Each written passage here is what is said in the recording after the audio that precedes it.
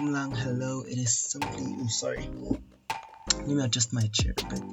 Sambadan Dumlang, hello. It is simply Svesa here, and welcome back to another episode of the podcast Simply Do the Work. I know, y'all, it's been a hot minute. Like the last time I put out a podcast episode was in February, and I'm recording this. It's like we passed halfway point of May, so February, March, April. It's like 3 months since I put out a podcast episode. But I just wanted to come on here and just talk to you guys, let you know what I've been up to. I know the last episode I released was called Why I Wish I Stayed Single, where I spoke about the breakup I went through, and this is sort of like, I guess you could say, what happened after that. Like, I did stay, like, after the breakup, I took a break from the apps. I was just me focusing on schoolwork, and I think there was like a double-edged sword that period, because I think I fully immersed myself into schoolwork to the point where I was nearly burnt out. But I'm gonna record a YouTube video. I did post a Q&A on Instagram, so I'll talk a little bit more about med school on that one.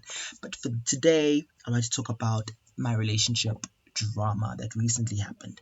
So, right, if you don't know what happened with my ex, you can listen to the previous episode 35, Why I Wish I Stayed Single. I'll also link it in the show notes. But basically, that was a messy, toxic, you could even say abusive relationship, for lack of a better word. And so I took some time, right, for myself. I started this course called Faithful Sexuality that's offered by queertheology.com. And I was really just, working through my past experiences, working through past traumas, and also trying to figure out what are my values when it comes to relationships and what is my sexual ethics, right? So I was in the middle of that course, and I started feeling empowered. Okay, let me get back into dating, right? So, excuse me, got back on Grindr, got back on Tinder, and I think, yeah, I've met like 3 people. So the first person, we had a really great connection online, and we spoke on the phone, but when we met in person, I realized that it wasn't giving what I wanted to give in person. I'm not like superficial, but also just seeing him in person and the picture I got, there was a bit of a mismatch. But I was still like, let me give this a try, because we did have that sort of emotional connection online. But yeah, in person, I could just sense that, no, I want to leave. And just to be a little bit messy, while I was chilling with him, one of his friends came, and I was thinking to myself, oh my gosh, why did I meet up with the friend? The friend is more my type. But that's just me being messy. Cool. So that was the first guy, right? And then I met someone else, and yeah, online the connection was great, and even when we met in person, connection was great, and we continued talking even after our little like date. But I guess while we were talking, that's when I met like the third person. 'Cause mind you, Ned, throughout this time, right, I still have the app. I'm still talking to people. Then there are people who like they fall away. People are just really not worth mentioning, right? So then the third person, right, comes to the picture. And I think when the third person, I feel like this is what I've noticed actually about myself is, even when, like, I cannot date multiple people. That's what I've learned now. I think also just taking consideration the work I've done with faithful sexuality, because I find that whenever I try dating multiple people, I find that I give all my attention to one person and I neglect the other. Or I find that there'll be one person who I'll feel really drawn to, and the others, yes, I might talk to them, but it's sort of just like to just keep them at arm's length, like keep them close enough, almost like keep them idle and ready for, if things flop over here, I can go over there. And I realized, what, that might not be the best thing for me. Because I know some people, they do recommend that they say you should date multiple people. You shouldn't, put all your eggs in one basket. But I think for me, going forward, I will just try to, like, focus. Or even if, let's say, I'm talking to multiple people, be honest and upfront about it. Because I think that's where also the issue comes in, where you find that one person is talking to multiple people, you only talk to this person, you putting all your like you betting on this person, and then you get the shock of your life when you're like, oh no, I just see you as a friend. Meanwhile, you're trying to be all romantic. And I say that to say that, with the second person I met, I felt like I did them dirty in that regard, because when we started, yes, there was that, oh, okay, cool, we might just date thing.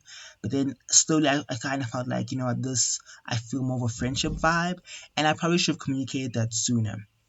But yeah, I think, like, I've cleared that up, and now on to the third person, who brought quite a lot of drama into my life, and trauma, if we are to be honest and specific. So what happened was cool, right? We met on Grindr, we started talking, and then he mentioned that he has a partner. Oh yeah, because you asked what am I looking for, right? And I said basically like, okay, at the moment, I'm not in a hurry to get into a serious relationship, but I'm also not looking for just like casual hookups, right? So I'd like to like get to know you as a person and see how that goes. Like we might fool around here and there, but you know, it's like I feel like my view of dating is very nuanced, right? I know there was another person I was talking to. I'm all over the place today.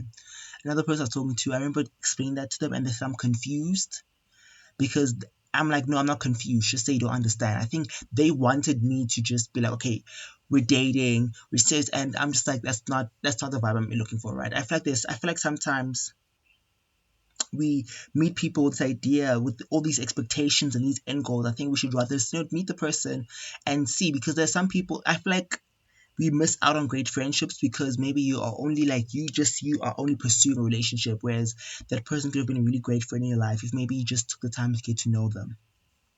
Back to the story at hand. So yeah, this third person, right? Let's I don't use their real name. Let's give them a pseudonym. What should we call them?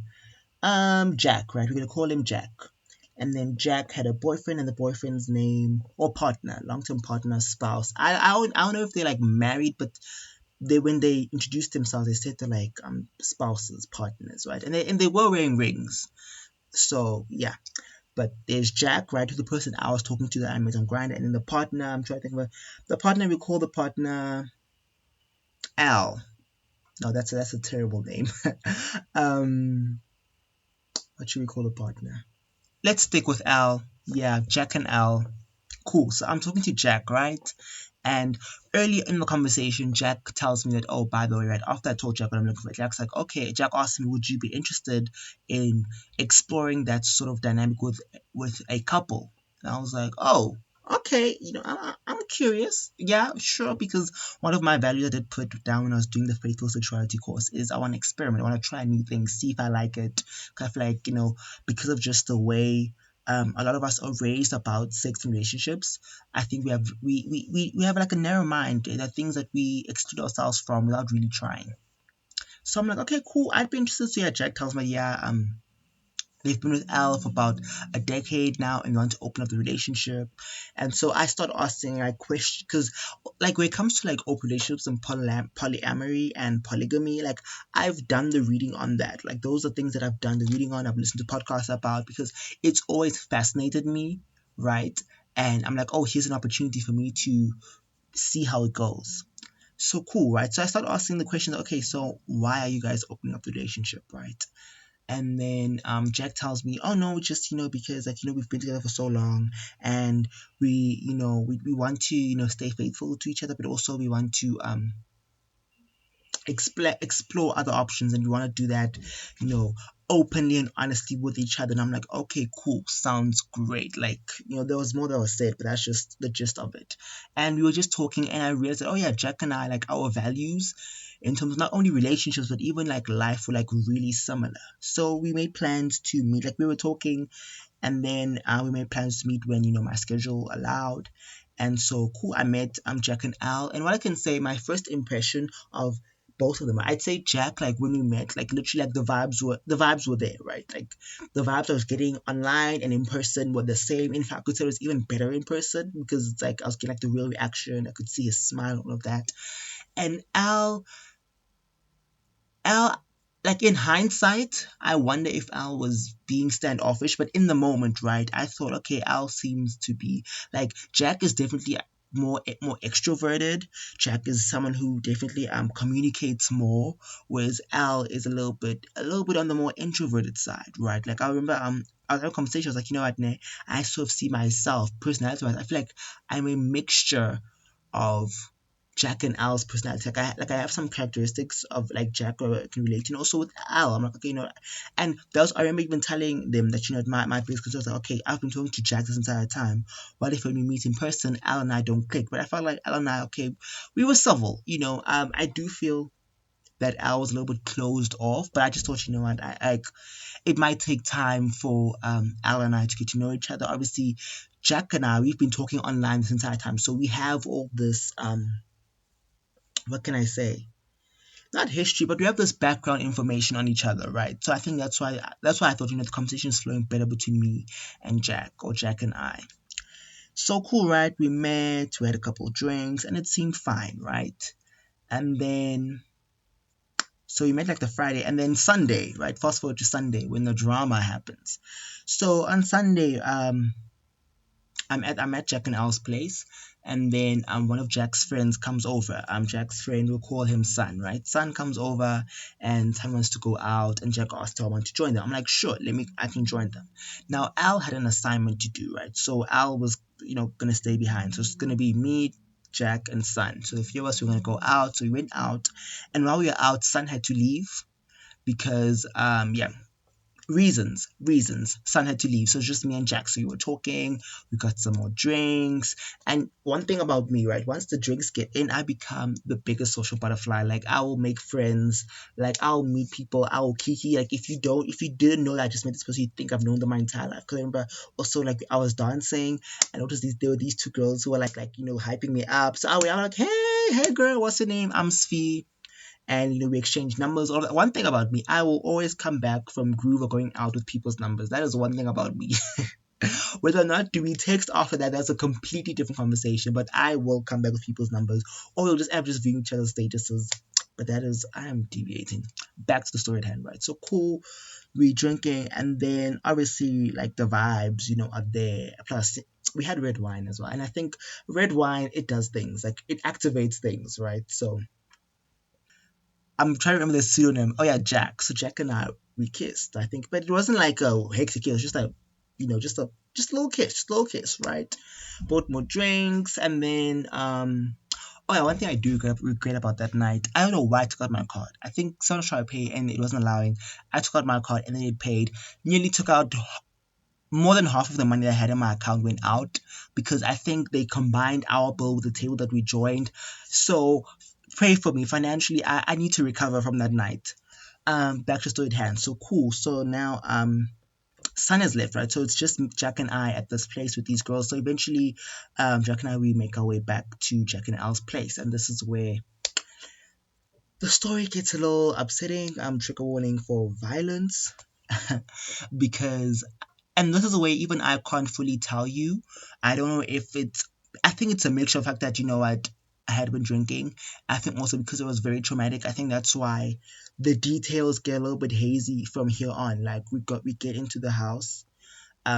Jack, like we go into the guest bedroom, and I think we were just like giggling or laughing, whatever. Next thing, Al comes in and starts hitting us. Literally, ushaili, like beat. I don't know what it was hitting us with, but my ass got beat. And I was just so confused. I was literally just so confused. Like, what is going on? Like, what just happened? And so I think at that point, Jack, like, pushed Al away from me, and then they went out the guest room into their bedroom. That's when I locked the door, right? I locked the door, and then I just hear Jack screaming, and it sounds like Al was still hitting him. And let me tell you, the time we got back, it wasn't even like super late. It was probably around like 10, between 10 and 11 p.m. So it's not like we came back in the late a.m.s, right? So now I am freaking out. I'm like, what the hell just happened? So I start calling, texting my friends, post them saying, yo, I need to get out of this place. I need help. One of my friends knew where I was, right? I did explain that, yo, I'm this couple, but so I was telling them, yo, the situation, things just went south. Things just went south. Yo, guys. And so yeah, eventually, like, because also the problem was I could have requested for myself.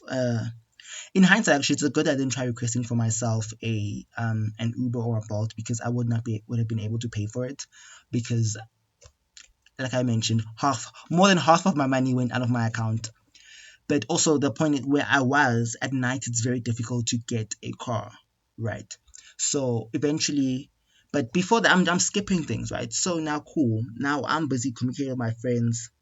Then I can hear, okay, Alvin check. It sounds like they've calmed down. Open the door. I'm like, okay, Al, explain to me what the hell is going on. Why are you hitting us? What is going on, right?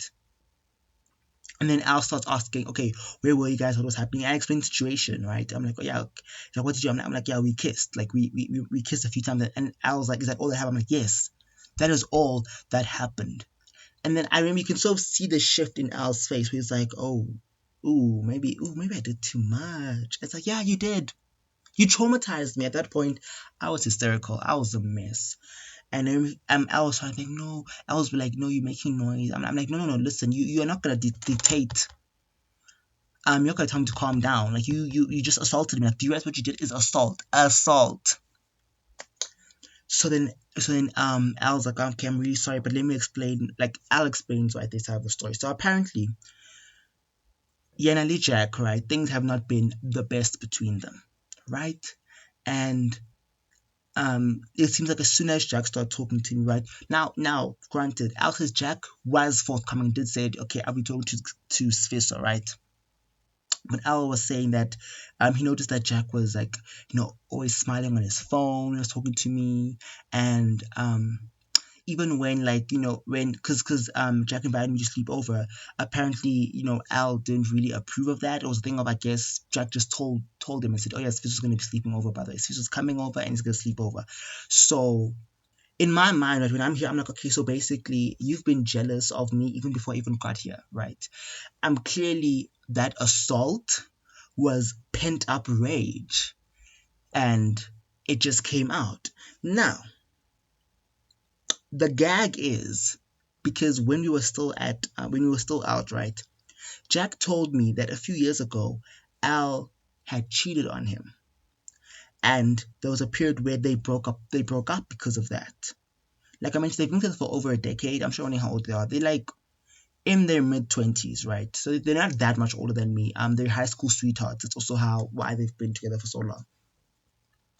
And so it's kind of like, obviously, listen, I was going to say I'm not judging them. Remember, there's this TikTok where it's like people always say that right before they're about to judge you, they say, I don't mean to judge. But this is just my 2 cents. I'm not judging. But I know I've heard they say that, the people who, like, what you're most insecure about is something that you're like guilty of. I don't know. Like, people who cheat are the ones who are most likely to think that their partner is cheating. I don't know if that makes sense. Obviously, that's a generalization. And obviously, I don't mean to pass judgment towards Al or anything, but that's just my assessment of the situation, right? And when Al, I'm like, okay, Al, your feelings are valid, right? I understand how you feel. Okay, like this is your person, and now I'm this third person that's being introduced into the picture. I'm like, but I asked him, why did you hit me? First of all, I don't think Al should have hit Jack in the first place. Like, I think there was no need for violence. Like, a conversation was needed. But I'm like, why did you hit me? Right? And Al couldn't answer that. I'm like, okay, what did I do to you that made you feel justified to hit me? And at that point, obviously, Al apologized, but in that space, I was like, okay, cool, I hear about. But I was in no space to accept an apology. It's just, I think the guilt also hit him. It's like, yeah, no. And I was like, but I'm like, Al, you do realize you have traumatized me. You have traumatized me, and I even started talking about how, like, in that moment, I just started remembering just like my past traumas. Because even that toxic relationship was mentioned, right? Like, mentioned, in that episode, Why I Wish I Stayed Single. I do also suspect that man might have been cheating on me, but that's like a different ball game, different cup of tea, whatever. But yeah, so I was just like, oh, you do realize that you have traumatized me, and at that point, Jack, did step up, and Jack even did say, like, but like, Al, you are wrong to hit Swiss. So like, this was an issue between us, and the way I see it, and and Jack did allude to the fact that Al does have issue expressing himself. Like, Jack did allude to the fact that Al does not always express how he truly feels, and I feel in this moment in time, I think there was just a lot of pent up resentment and rage, and I just happened to be a bystander. I was collateral damage in that situation. And so, yeah, I mean, Jack, did also apologize for bringing me into the situation. Jack, really helped just to calm me down and just, like, kept it, even afterwards, right? Jack called, make sure I'm okay. Jack emailed to call an ambulance. I'm like, it's okay. I'm like, what? I didn't get hurt too bad. I think the worst thing that happened is that my phone got damaged a bit. Like, my phone is a screen protector, and the screen protector is all cracked. So I'm praying. I hope the damage is only to the screen protector. But even my cover is cracked, and I'm broke, y'all. I don't know when I'm gonna get the money to replace that screen protector and the cover. It's a lot. But yeah, after that, like I took some days off from school, and I'm like, this is what my dad meant when he said, "Yo, you shouldn't date." When he said like dating, it'll mess you up, and you can't study, you can't like like I treat like because this happened Sunday night slash Monday morning, and oh, I didn't tell you guys how I got back to my place. Eventually, like my friend, one of my besties, they requested an Uber, and then they came with the Uber, picked me up, and they took me. Then they dropped me off at rest, and they went back to their place. So that's like at that point, I think I got back to my place at like 2 a.m. So you can see how long I was in that situation from like we could say like I think 11 p.m. That's when I started. So like from like yeah 11 p.m. only got back to my place at 2 p.m. That is a long time, a lot like the fight, like even like when I was telling that Alan Jack started fighting, it got so bad to the point where neighbors came over. I like literally when my friend fetched me, I was at the neighbor's house. I was waiting there because I was like, yeah, I don't feel safe in that house. I don't feel safe in that house. As much as Al tried to apologize, I was like, I don't feel safe with you. Like, no. But yeah, so Monday, I was asleep the whole day. Let me tell you, I was asleep the whole day. Like I slept, and then I think I woke up a bit in the morning, and that just check my messages and also just updated because there were people like a lot of people because they saw messages, so a lot of people were just like worried about so just updating them. I went back to sleep. I woke up and then I went to buy food, ate, I slept again. Like literally, Monday was just me sleeping for most of the day, and then I think Tuesday that's when the reality of what happened like hit me, and that's also when I got the because I made the appointment for the trauma counselor on Monday. So then Tuesday it was a telephonic thing. I also feel like the telephonic just worked. I think like I didn't have to leave my room because I didn't want to go anywhere, and also just the logistics of traveling can be a lot. And so yeah, I spoke to the trauma counselor, and I think the number one thing which I think what I took from that is that I shouldn't blame myself for what happened, because she was even saying that it's quite normal for whenever we have certain things for us to blame ourselves, like, okay, I should have done this. I'm like, maybe I shouldn't have drank so much.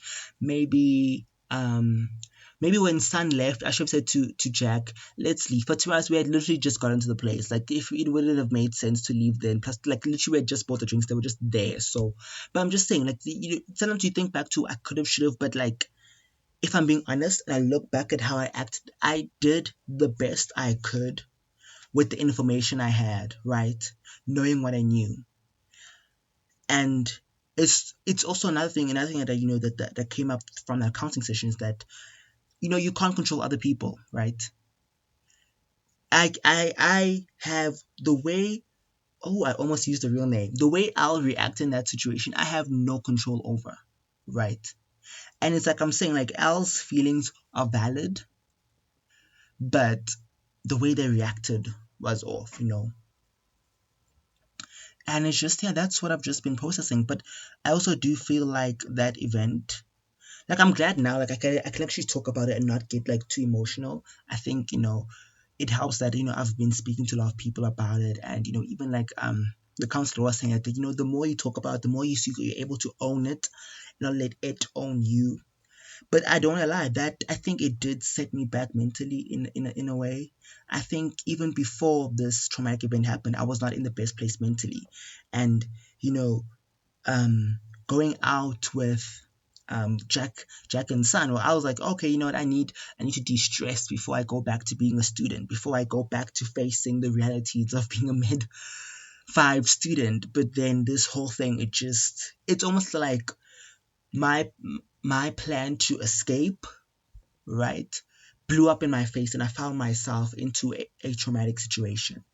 And yeah, I just wanted to talk about it with you guys, just because also, as part of my own healing, but also I do believe that hearing the story might also help someone else. Because yeah, I actually did I got a DM from someone who was thanking me for my podcast and saying how I helped them. And I do apologize, like, if you're listening to this, I do apologize for replying so late. I had taken a bit of a social media hiatus. Like, if you look on my Twitter and Instagram, it's only recently I started like posting again.